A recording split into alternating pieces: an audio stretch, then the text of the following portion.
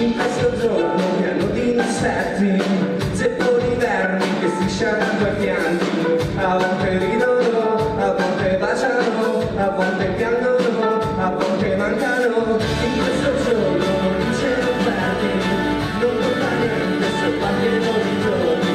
In questo giorno mi accorgi presto che la felicità non la puoi raggiungere. Ma sono vivo e non muoio, ma sono vivo e non muoio, ma sono vivo e non muoio.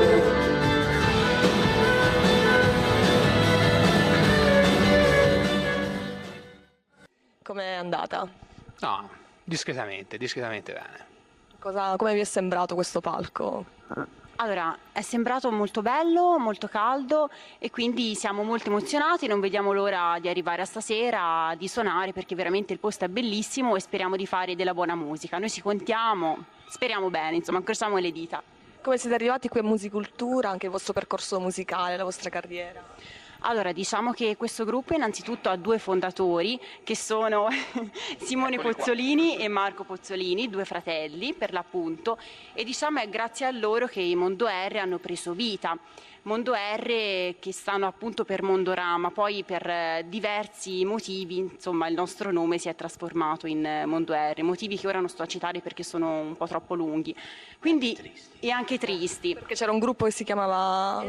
Sì, più che altro una canzone che ha partecipato, insomma, a Sanremo negli anni '80. Che nessuno si ricorda però. Sì, che nessuno si ricorda, però quando insomma le persone vogliono mettere un po' di, insomma, quindi noi cosa abbiamo fatto? Abbiamo deciso di tagliare il nome in Mondorama, cioè da Mondorama a Mondo R, perché comunque sia non è che si discosti molto così. E niente, quindi i fondatori sono stati Simone e Marco, quindi chi meglio di loro saprà spiegarci, insomma, l'origine. Io mi sembrerebbe di essere presuntuosa dal momento che loro lo hanno fondato, preferisco dare la parola a loro. Passa il microfono. Sì. No, va bene. La nostra musica sostanzialmente può essere definita un insieme di varie influenze e di varie tendenze, diciamo. Comunque, principalmente ci piacerebbe unire, diciamo, la tradizione popolare italiana magari a uno stile canzone, a una forma canzone un po' più anglofona. Cerchiamo di farlo con professionalità, insomma, poi vedremo, dai.